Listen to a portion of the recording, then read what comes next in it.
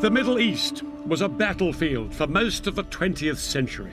But one of the hardest fought wars of all was in 1973, when Egypt and Syria launched a surprise attack on Israel on the Jewish holiday of Yom Kippur.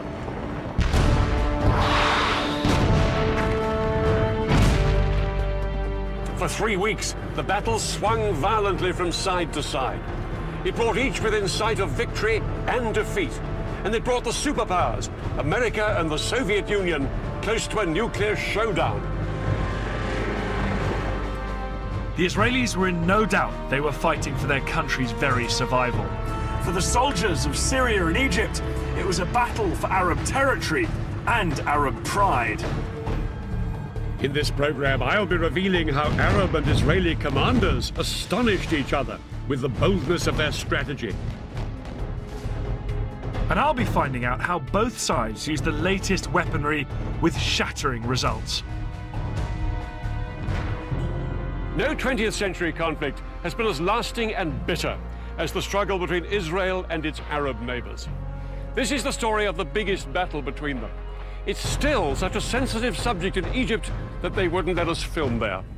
This is the story of the October War of 1973.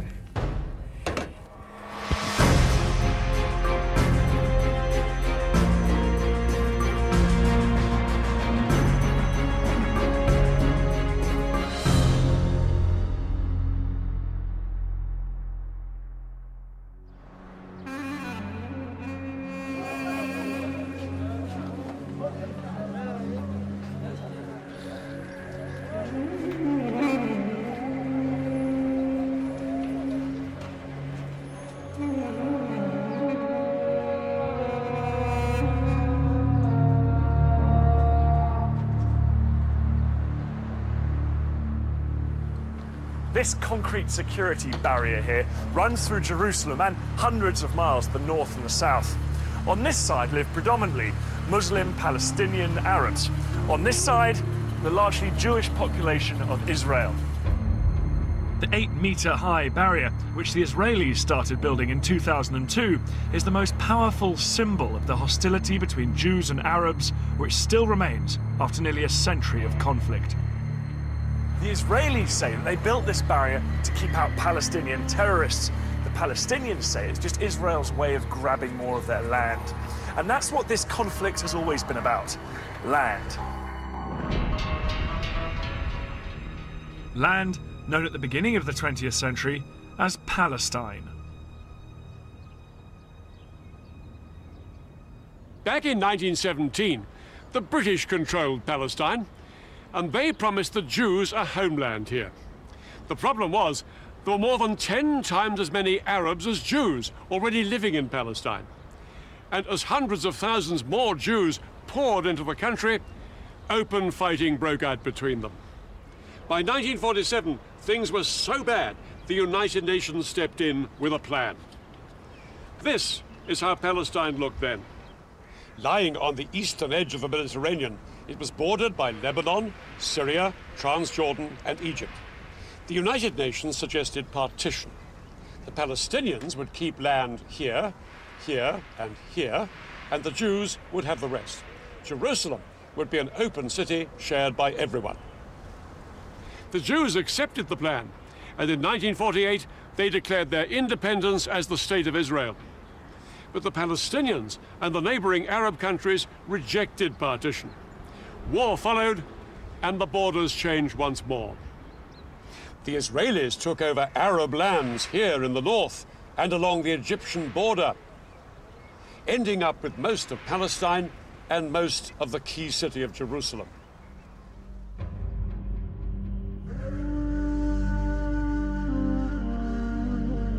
Tens of thousands of Palestinians fled or were expelled from their homes.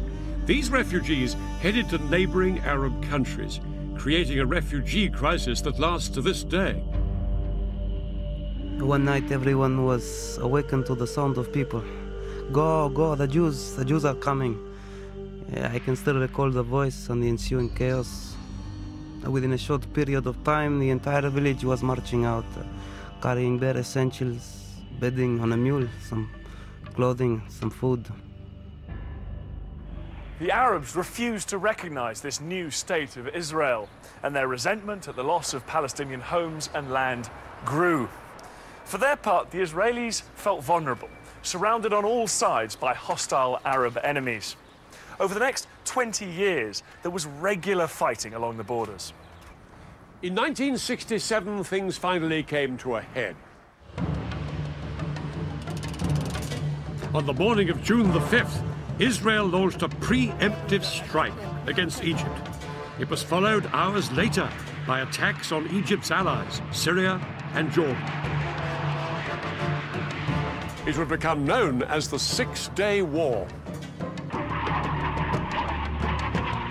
Almost 200 pilots of the Israeli Air Force took part in an incredibly ambitious airstrike. Their mission was to wipe out the Egyptian Air Force, the largest in the Arab world.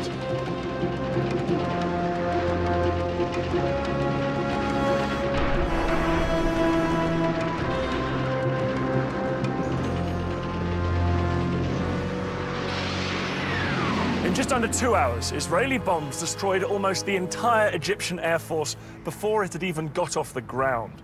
Next, Israel launched strikes on the air forces of Jordan and Syria. By the end of the day, Israeli pilots had won total control of the skies. Not very far away, there were some military bases, and they had been attacked early in the morning. There was nothing announced, and we didn't know what was going on. Defeat was unfolding right there.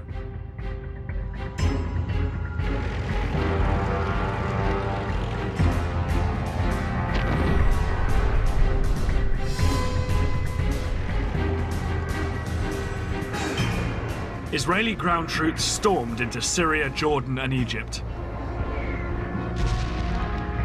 At the same time, other Israeli troops made a bid to capture Arab-held Jerusalem.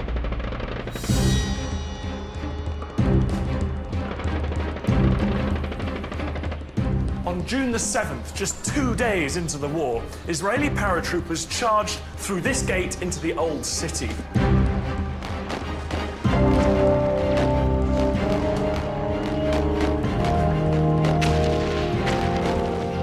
But as they pushed through these narrow streets, they came under fire from Jordanian snipers who'd taken up position in the upper stories of the buildings on either side.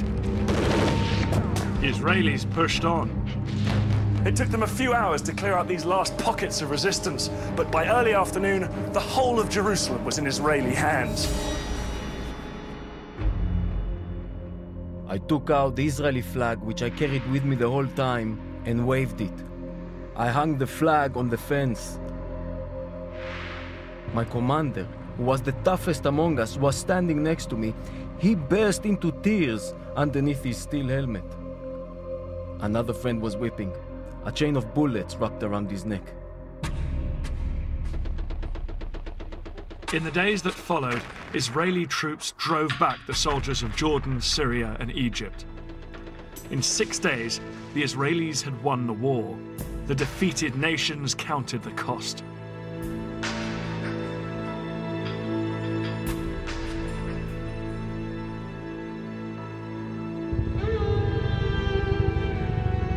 It's estimated that Egypt lost 80% of its military capacity, and along with Syria and Jordan, suffered over 30,000 dead and injured. People didn't really know what was going to happen next. I mean, people were scared. The whole country was at a total loss of what to do. The fighting may have been over, but it hadn't created the conditions where the two sides could come together. Peace was as far away as ever. For the Arabs, the Six-Day War was an utter disaster.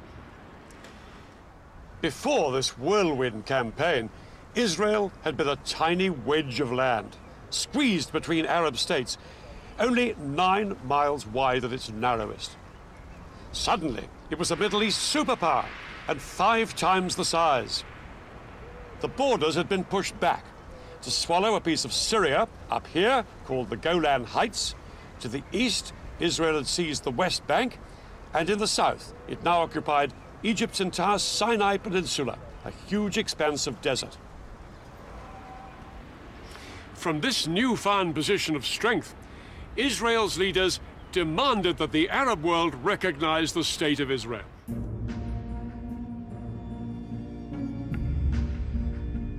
Arab leaders met in Sudan to formulate their response.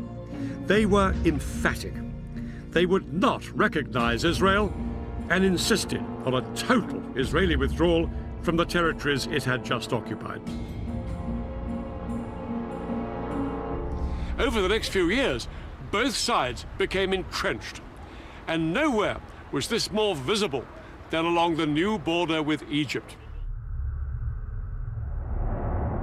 The Suez Canal.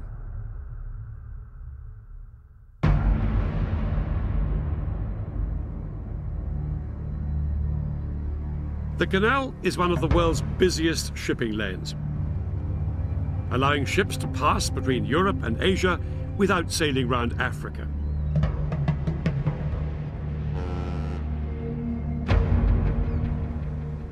But after the Six-Day War, this international waterway was closed to shipping as sporadic fighting between both sides continued to flare up. The Israelis and the Egyptians now faced each other eyeball to eyeball across the canal. The Egyptians could never accept that this was a permanent frontier. But the Israelis were equally determined.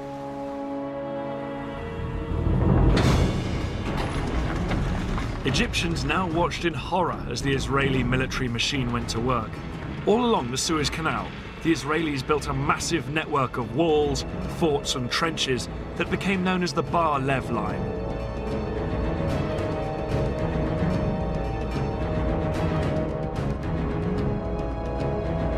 Israel resolved that Egypt would never force its way back into the Sinai.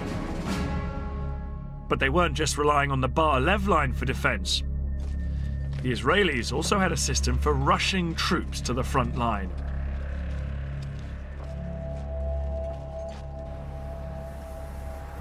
Israel has a small population and can't afford a large standing army. So every male Israeli does 3 years national service and remains a reservist into his 40s or 50s, ready to be mobilized in times of war. Today, females also do national service and they can also be called up if war breaks out. 30 years ago, an army of 250,000 men could be mobilized within 72 hours if the Arabs showed signs of attacking. But after the Six-Day War, that didn't seem very likely.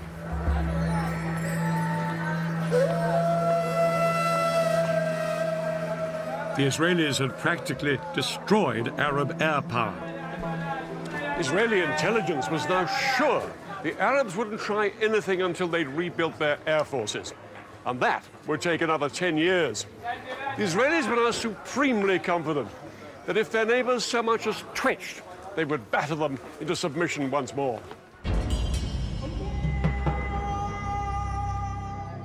But in Cairo, something had happened that the Israelis hadn't reckoned with.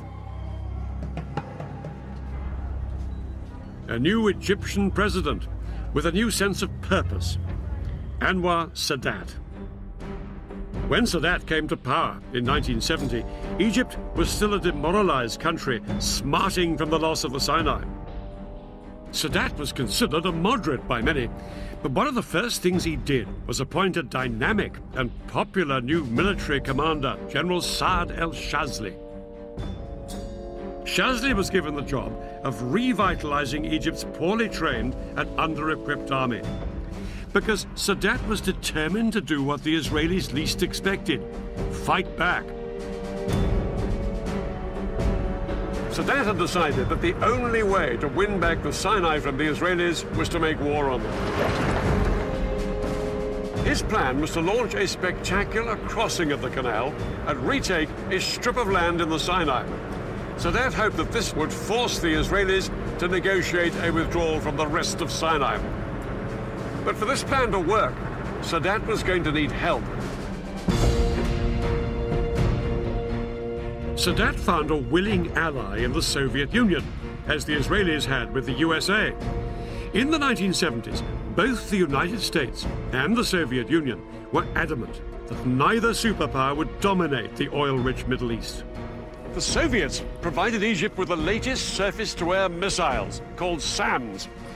These missiles, supported by thousands of conventional anti-aircraft guns, could effectively paralyze the Israeli Air Force.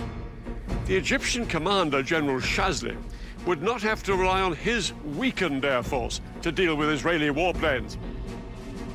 Nor would Sadat attack alone. Another of his allies, President Assad of Syria, would be joining in the fight.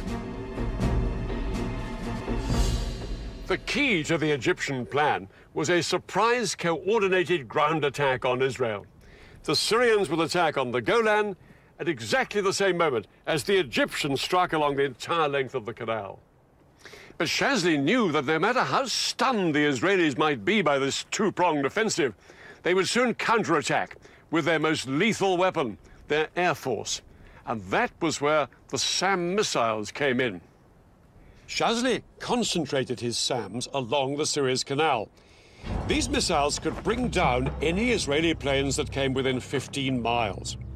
The SAMs and regular artillery guns would create a protective umbrella, shown here in red, under which Egyptian boats and infantry could cross safely. They would then seize the forts of the Bar-Lev line and secure a strip of land a few miles deep into the Sinai.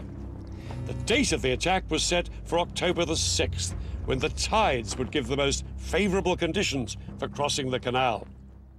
But October the 6th was also the holiest day of the Jewish year, Yom Kippur, when Israelis would be at home or the synagogue. With their plans in place, the Egyptians and their Syrian allies set about ensuring that the Israelis had no idea they were about to be attacked on two fronts.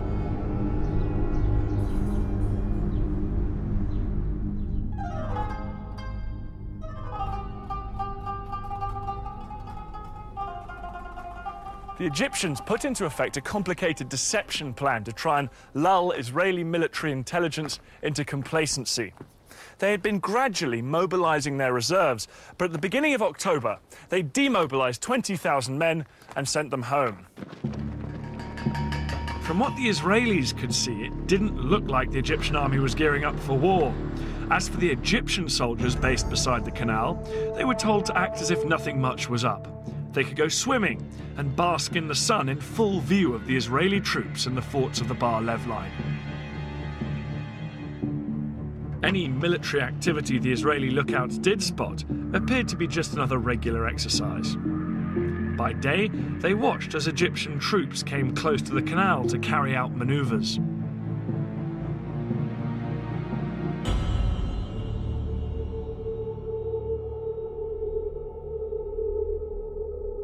At night, they appeared to head back inland to their barracks many miles away.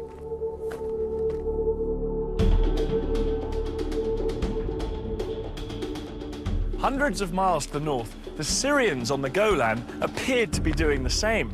But in fact, these troops weren't withdrawing every evening. Under cover of darkness, more and more Arab soldiers were massing on both fronts. We started to train with real ammunition. We were also told we were going to Suez. We started to take our tanks, our amphibious unit on the railroad at night only, so the civilians couldn't see.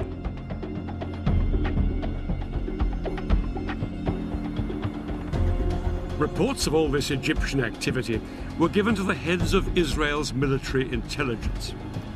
There'd been a number of false alarms in the past, and they were convinced that this was just another one. But they were wrong. At 4:30 a.m. on the 6th of October, the day of Yom Kippur, the phone rang at the home of Israel's military chief, General David Elazar. Elazar had been made Israeli Chief of Staff after a long military career and a host of victories. The call from Israeli military intelligence informed him that both Egypt and Syria would launch an attack in hours. Elazar's immediate thought was to send his air force to hit the Arabs before they had a chance to strike. But that decision could only be taken in the halls of power by Israel's politicians. And ultimately, that meant one person, Israel's Prime Minister, Golda Meir. This 75-year-old was seen as the Iron Lady of Israeli politics, but she said no to airstrikes. She argued that if Israel was to win international support after the Six-Day War, it had to be seen not as the aggressor, but the victim. Elazar was appalled at his leader's reaction. He was only given permission to mobilize a fraction of the reservists he needed, and yet, within a few hours, his country would face invasion on two fronts. Egypt and Syria were poised to launch their attack.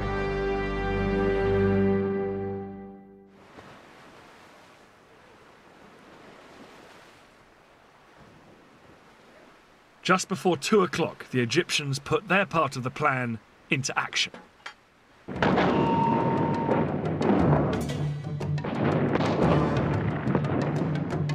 Their assault across the canal on the forts of the Bar Lev line was such a momentous event in Egyptian history, it was later restaged for the cameras.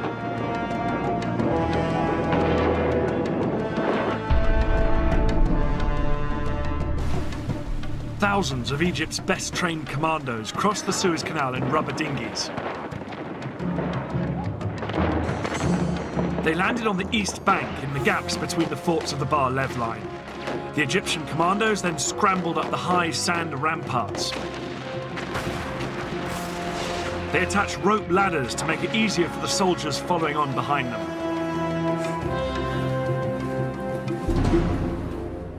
Behind this first wave were 100,000 Egyptian infantry and more than 1,000 tanks waiting to cross the canal. But the biggest obstacle to them were the giant sand ramparts on the Israeli side. These were as much as 60 feet in height. It was impossible for the Egyptian tanks and heavy artillery to climb up and over them. The Egyptians experimented with using dynamite to blow holes in them, but this was found to take far too long. But then one junior engineer officer had a flash of genius. He suggested using high-pressure hoses to blast the ramparts with water from the canal.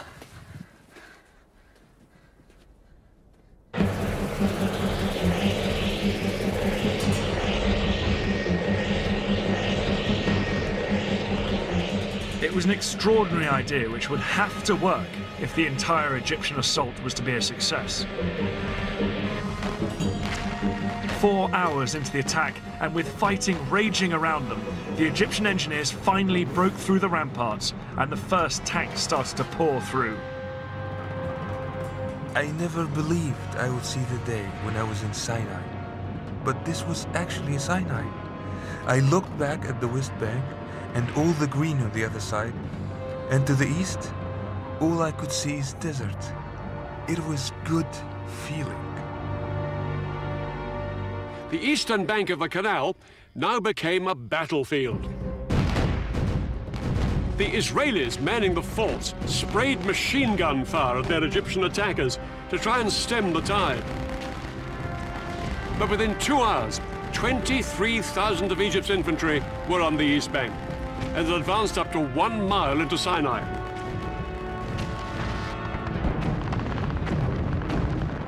The fort was surrounded by Egyptian forces and was under constant fire. We made repeated calls for help. We fired from time to time and reported back what we saw. But mainly, we tried to keep up our morale. But the Israelis were sure that their air force would come to the rescue. The first Israeli jets were sent in at 4 p.m., flying low over the desert. But as they approached the canal, they found themselves under attack from the ground.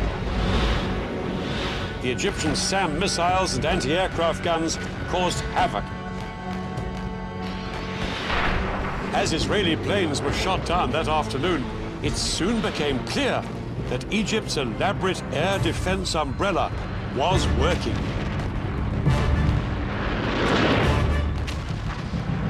Israel's single greatest weapon, its air force, was virtually powerless to hold back the Egyptian onslaught. The most immediate hope for the Israelis surrounded in the forts were Israeli tanks stationed just a few miles away.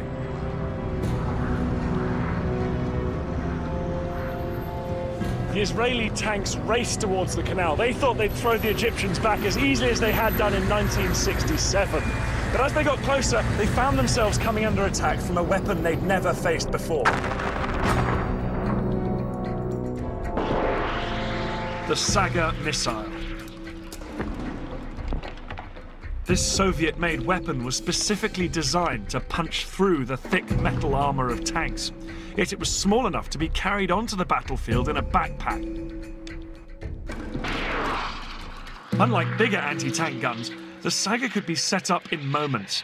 This lightweight piece of kit was made all the more lethal because the missile could be steered onto its target.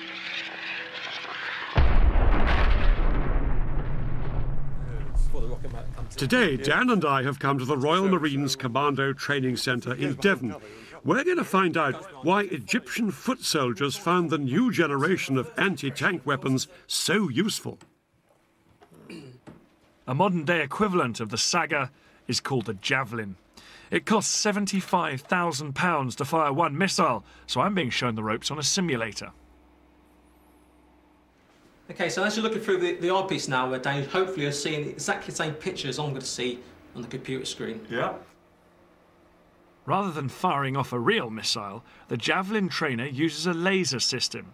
If I hit the target, it will show up on the control panel. Good scan.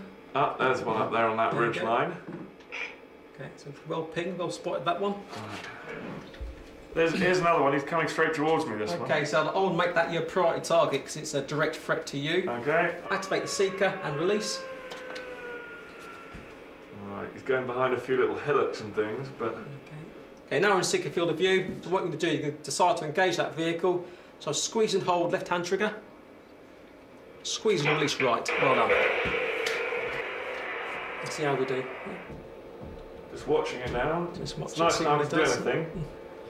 Okay, so that's a good hit. Right smack centre of the top of the turret. I was ready to take the simulator out into the field. I'm aiming at a real target. That truck fitted with a laser detector that will register a hit. Well, here we are now in this moving vehicle, making a target for Dan, very like the Israelis moving forward to attack the Egyptians in Sinai. Must have made for the Egyptians. Thank you. For a novice like me, a Javelin is easier to handle than a Saga. When a Saga was fired, it trailed a control wire behind it, and the operator used a joystick which had to keep steering the missile until it reached its target.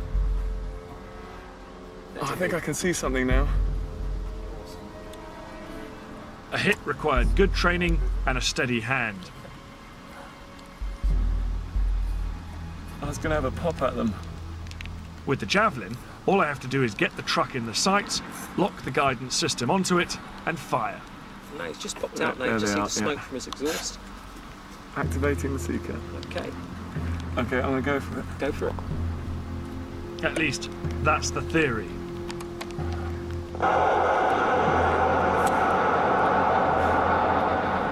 God, it's tricky with that wobble when you just try and get the track gates on the target.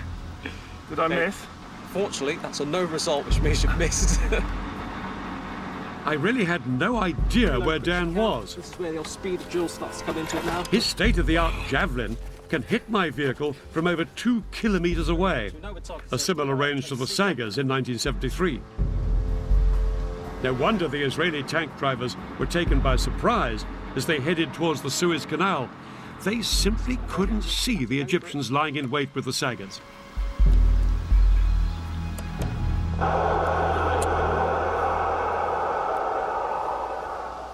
Hit. Hit. Well done. Oh, brilliant. Hey, Dad. Okay, tell me you missed us. I'm afraid to say, I got a hit. You didn't? Yeah, see, look there. Hit. 700 metres. Good gracious. Yeah, I did miss the first time. You have got the most modern guided missile there probably in the world. No, I know. Because one thing worth saying is that the Sagas were wire-guided missiles. You had to keep the sight on the target all the time the missile was travelling towards it. It had to be fixed there, whereas you just fired it and forgot. Yes? Yeah, it's hard enough to get the sight locked onto you, and actually have to keep it there for the entire time the missile's in the air. It would be incredible. You're shaking, you're breathing, you're nervous. I couldn't have done it if it hadn't been a lock on and then forget about it. Very, very powerful form of anti-tank warfare. For the Israelis, quite a new ordeal. In 1973, the saga was turning the Sinai into a tank graveyard. The tanks, which were the pride of Israel's army, were being destroyed by Egyptian infantrymen. Israel had begun the war with around 300 tanks in Sinai. By the end of the first 36 hours, they'd lost approximately half of this number. Things were critical for the Israeli soldiers in Sinai. But that was only half the story.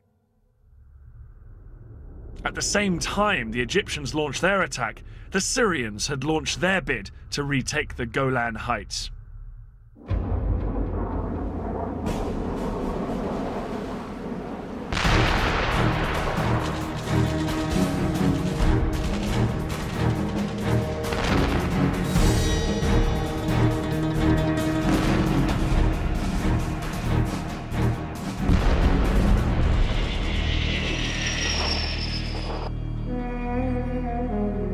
The fertile soil of this battlefront couldn't have been in greater contrast to the arid desert of the Sinai.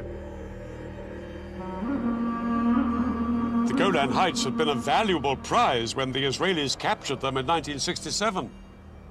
These Golan Heights provided Israel with more than just good farmland. They afforded security too. This is the Golan here, once part of Syria, occupied by Israel since 1967.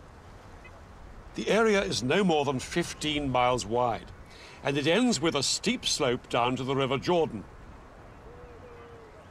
To Israelis, the Golan was a vital buffer between their heartland and Syria. Despite this, only 170 Israeli tanks and 400 soldiers were stationed in the front line on the Golan. Most of the Israeli forces were here in the north, because Israeli commanders felt this was the most likely place for any Syrian assault. But when the Syrians made their move, their 1,200 tanks and 60,000 men attacked all the way along the line. 6 hours into the battle, the Syrians' overwhelming strength was beginning to tell, and their tanks broke through down here in the more lightly defended south. By nightfall, they'd almost reached the western edge of the heights, where they could look down on the River Jordan. If Syrian tanks could now seize the vital bridges across the Jordan, they'd be able to pour across the river into Israel's heartland.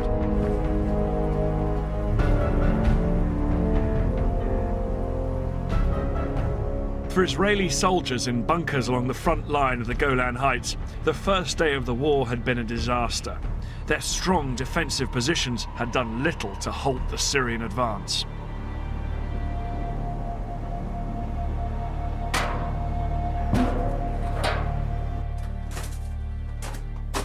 This is one of the Israeli bunkers dug in to the Golan Heights, and it's got an incredibly strong construction. It's deep underground, it's reinforced concrete and these steel plates here as well.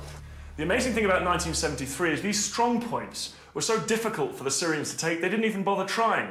They simply bypassed them with their tanks and kept pushing forward.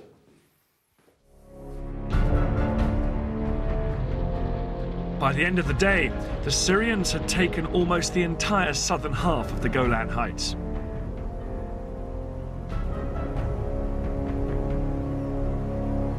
It was a nightmare situation for Israel. It had been caught unawares with far too few troops on both front lines. All Elazar, the Israeli chief of staff, could do was to mobilize every single reservist in the country. In towns, villages and farms across Israel, news filtered out that their country was under attack. Because it was a holiday, TV and radio was off the air, and so soldiers on motorbikes had to race through built-up areas calling up the reservists.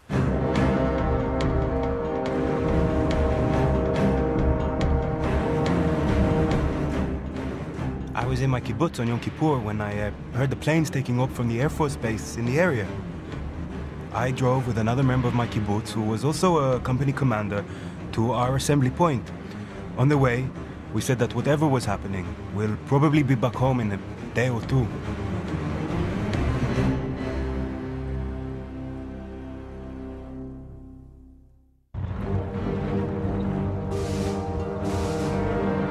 Men and tanks headed out towards both fronts, but it would take 2 long days before they'd be ready to mount a counterattack.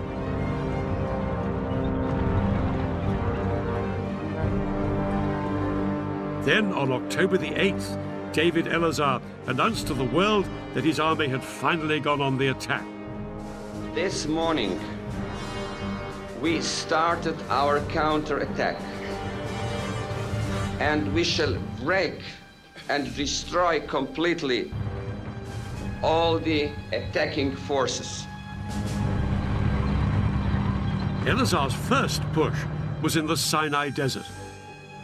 The Egyptians had known that the Israelis would always counterattack, and they'd been lying in wait for just this moment. As soon as the Israeli tanks came into view, they let rip with devastating rocket, artillery, and Saga missile fire.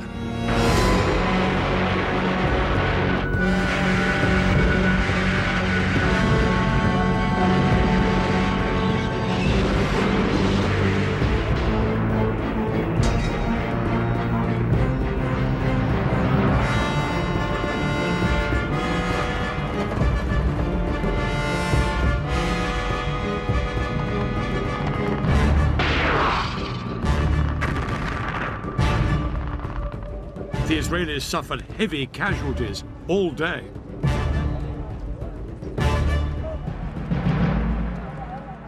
At least 50 of their tanks were destroyed or disabled.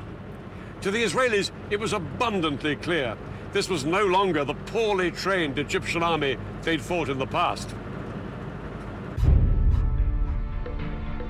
By the end of the day, Israel was facing catastrophe. Israelis had believed that once their army was in place, they would be victorious. Now they had to face the shocking truth that this hadn't happened. Prime Minister Meir sent an urgent request to the Americans, begging them to resupply the country. Under attack on 2 fronts, Israelis felt their country was about to be squeezed out of existence. It would need a bold change of strategy to save the day. The simple truth was that Israel did not have the strength to fight this war on 2 fronts at the same time. Elazar had to concentrate his strength on one front before he tried to roll back his enemy on the other. In the Sinai, the Egyptians were separated from Israel by hundreds of miles of desert. But here on the Golan, the Syrians were perilously close to Israel's main villages and towns across the Jordan, just a few miles' drive away. The Golan had to be Elazar's priority. So he ordered the army and the air force to put everything they had into throwing the Syrians back. Some tank units would attack halfway along the Golan to relieve the pressure on Nafak, the Israeli HQ on the heights. Other Israeli tanks had already been ordered to go up onto the southern Golan, where the Syrians were closest to Israel's heartland.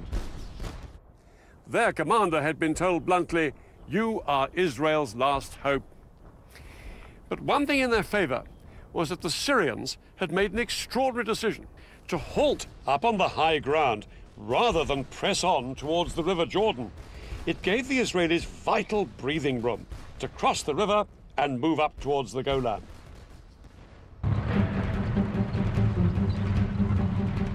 On the night of October the 8th, Israeli tanks stormed the Syrian positions.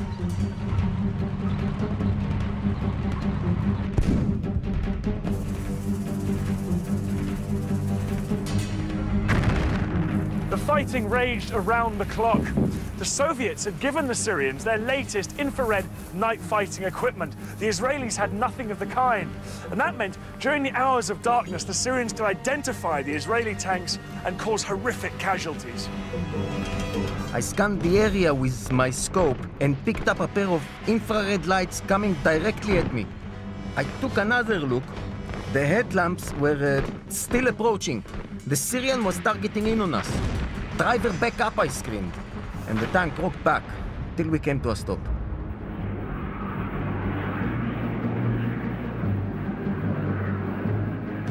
But as day broke, the Israeli ground troops got some much-needed relief from their air force.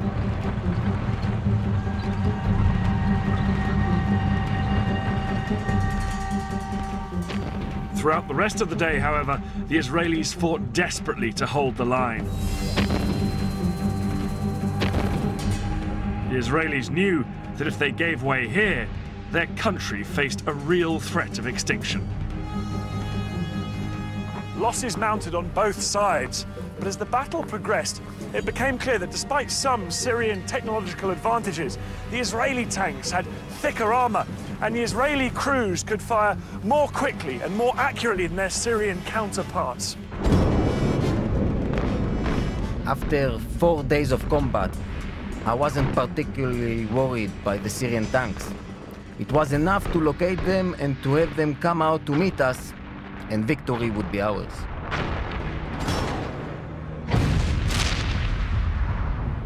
By the 10th of October, 4 days into the war, there was an astonishing turnaround. The Syrians were in full flight from here on the Golan.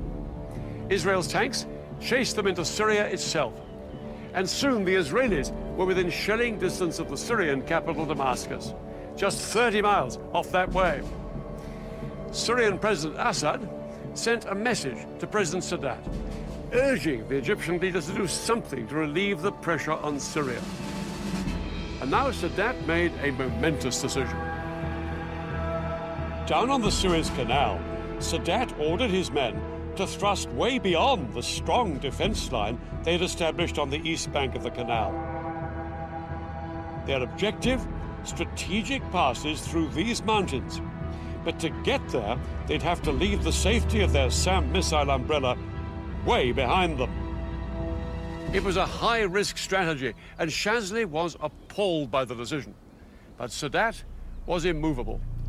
What followed would be one of the biggest tank battles in history.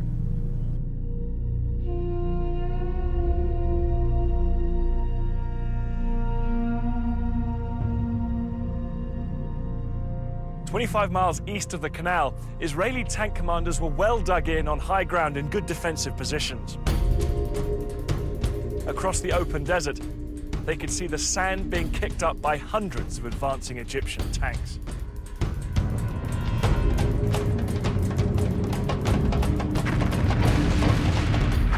The Egyptians were totally exposed to withering Israeli fire.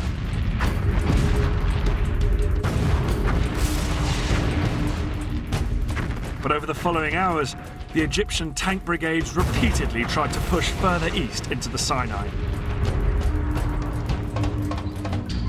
As the Egyptians moved out beyond the protective cover of their SAMs, Israeli aircraft rained down bombs on the exposed Egyptian tanks.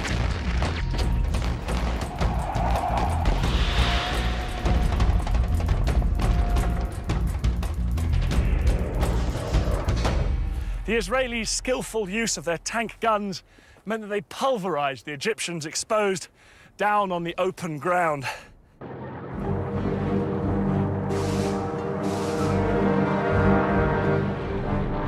The Israelis knocked out an estimated 260 Egyptian tanks. They lost only 20 of their own. Yeah, we fought hard. It was a successful tackle. And what made it possible was the fighting spirit of our soldiers. This battle was a turning point in the war. Now the war started to swing in Israel's favor. By October the 15th, the Americans had responded to Prime Minister Meir's request for resupplies. For days, American planes arrived in Israel with huge numbers of tanks, shells, and new planes. Israel was in a much stronger position. Elazar and his commanders were determined to force the Egyptians back across the canal. They now planned an exceedingly ambitious and risky operation, and a man who would play a key part in it was General Ariel Sharon. Sharon would later become Israel's prime minister, but in 73 he was one of the country's most dynamic generals and immensely charismatic. He just left the army that summer, but when war broke out, he was recalled. His detailed knowledge of the Sinai, where he'd fought during the Six-Day War, would prove invaluable in framing Israel's audacious new plan. The Egyptians on the east bank of the canal were split into two armies, one in the north and one in the south. 100,000 men and about 1,000 tanks, well dug in and well defended by minefields. They looked impregnable, but one of Sharon's patrols had discovered a narrow gap, just 1 mile wide, between the two armies at this spot, where the Suez Canal joined a large salt lake. Sharon was ordered to push through here with his tanks, widen the gap, and secure a corridor through to the canal. The Israelis would bridge the canal, and hundreds of tanks would then pour across it and fan out north and south to cut off the Egyptians from behind. The Egyptians' positions on the eastern canal bank would then be untenable. For the Israelis, the whole operation would be fraught with danger. The biggest threat was an Egyptian stronghold here, called Chinese Farm. It was just north of the planned Israeli corridor. Sharon had to neutralize the Egyptians at Chinese Farm if the Israeli plan was to succeed. But what the Israelis didn't know was just how big the Egyptian presence was at Chinese Farm. Large numbers of Egyptian tanks and infantry were gathered there. Unaware of how outnumbered they were, at dusk on October the 15th, the Israeli assault force moved in. Sharon's tank crews approached Chinese Farm to make their surprise attack. They moved in from 3 different directions, but the Egyptian position was a lot stronger than the Israelis had expected. A ferocious night battle erupted between the Israelis and the Egyptians. Both sides now faced the same problem. The fighting was at such close quarters that it was difficult to tell who was friend and who was foe. At one point, when my tank had stopped, an Egyptian soldier climbed onto it and asked me in Arabic for a cigarette. He thought we were Egyptians. I bent down and pulled the pin on a grenade and tossed it at him. All night, the Egyptians put up a stiff defense. They disabled Israeli tanks and killed and wounded enemy soldiers. The Israelis realized they faced a tough fight to secure the vital road to the canal. The Egyptians were spread out like a horseshoe. They could shoot at us from 3 sides. It was a carpet of fire, the bullets were everywhere. I thought from here, we are not going to get out alive. This is our death place. Sharon decided to cross the canal before waiting for the Battle of Chinese Farm to be won. At midnight, he sent 750 paratroopers to sneak across and establish the vital toehold on the west bank. His men had been totally unopposed. But to turn this into a major breakthrough, the Israelis would need to get thousands more men and tanks across the canal. In fact, the Israelis had built a mobile bridge a year before the war for just this purpose. The bridge was 180 meters long, weighed 400 tons, and took 3 days to put together. Once assembled, it was towed on metal rollers through the desert by 12 tanks along the only road down to the canal. But there was a problem. Because of the fighting still raging at Chinese Farm, the road to the canal was blocked by a huge traffic jam. By daybreak, the bridge had only traveled 2 miles. There were another 13 to go. Sharon needed to get tanks across the canal to reinforce his troops who'd crossed earlier. Without the bridge in place, he had to float 50 tanks across on inflatable rafts. The sudden appearance of Israeli tanks on the west bank of the canal was a huge surprise for the Egyptians. Soldiers manning the SAM batteries reported that groups of several tanks would show up in the distance, open fire at them, and then disappear.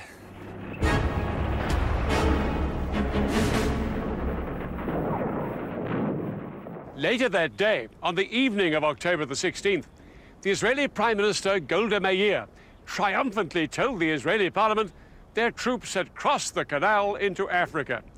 In reality, it would be another 2 days before the Israelis secured the corridor to the canal.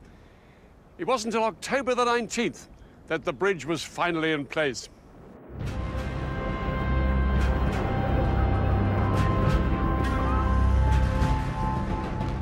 As Israeli tanks surged across the bridge, they came under heavy bombardment from Egyptian artillery and aircraft. But the tanks pushed on to their first objectives on the West Bank, Egypt's SAM missile sites. Once these missiles were destroyed, Israeli warplanes swept into the attack in support of the tanks fanning out north and south on the west bank of the canal. Egypt's Third Army, here on the east bank, was soon in danger of being surrounded. Shazli urged that some units should be pulled back here to the west bank to fight the Israelis. President Sadat replied abruptly, "No retreat." He believed that reducing forces on the east bank would risk losing everything they'd fought for. But Sadat was ready for a ceasefire.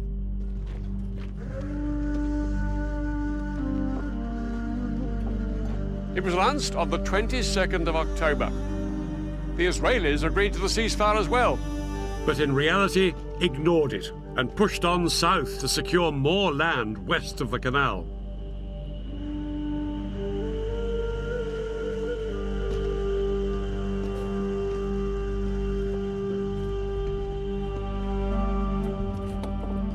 By October the 23rd, the Egyptian Third Army was surrounded. The supply lines of its 45,000 men were cut. With only 4 days of food and water left, it wouldn't be long before they were starved into submission.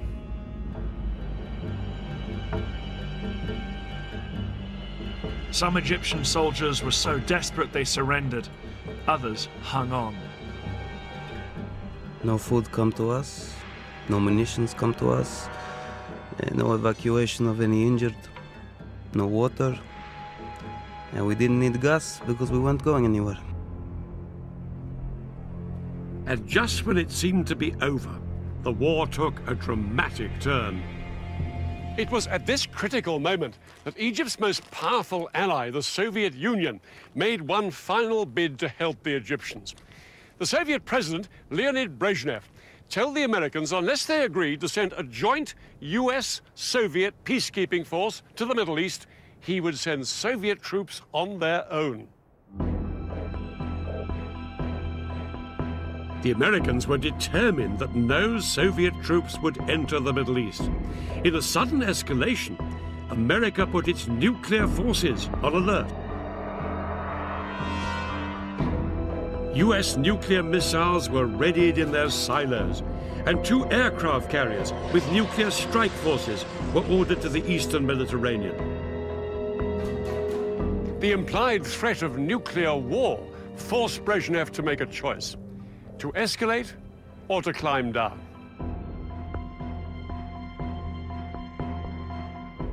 Brezhnev decided to climb down, and no Soviet troops went to the Middle East. But the flurry of international pressure had made its mark. On October the 25th, the Israelis finally heeded the ceasefire, and the October War was effectively over.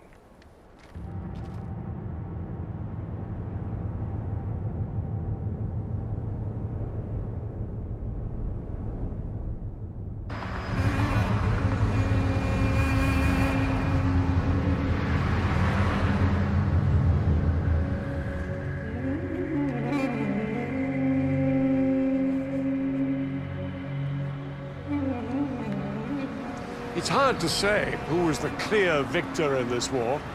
The Israelis, who saw both their fronts shattered by surprise attacks, made an astonishing military comeback.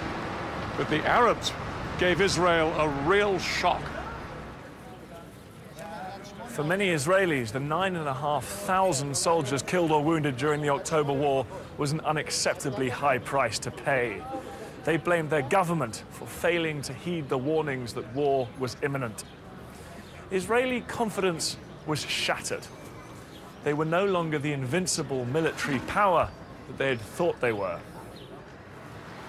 Despite the fact they'd suffered up to 30,000 casualties, perhaps in the end, the side that gained the most from this war was Egypt. The Egyptian crossing of the canal was seen as a major military achievement that restored Arab pride and gave President Sadat the confidence to make a spectacular bid for peace.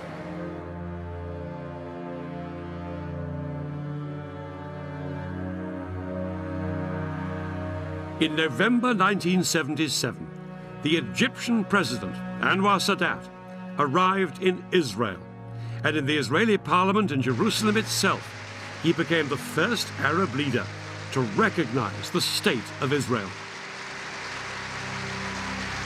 ولقد جئت إليكم اليوم على قدمين ثابتتين.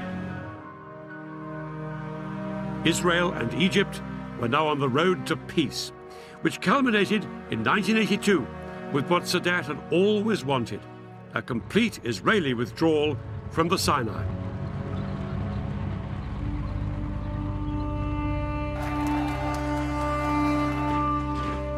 But Sadat never saw it happen.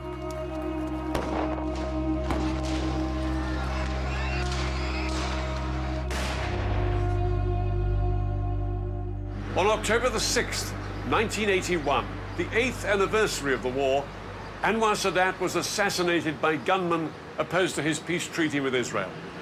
The October War had claimed its last victim.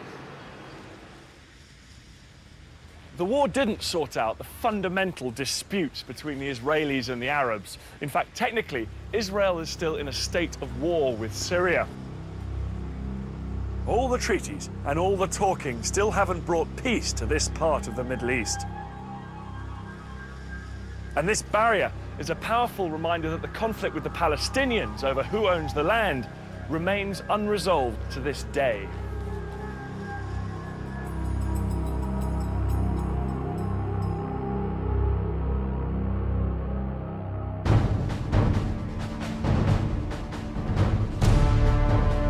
Next week, 20th century battlefields brings you the Falklands War. In April 1982, Argentina invaded these remote islands and triggered one of the most ambitious military undertakings in British history. I look at how the British fought 8,000 miles from home. And I'll see how the troops tackled this hostile terrain. It was in a way one of the century's most bizarre conflicts. It's the story of the battle for the Falklands.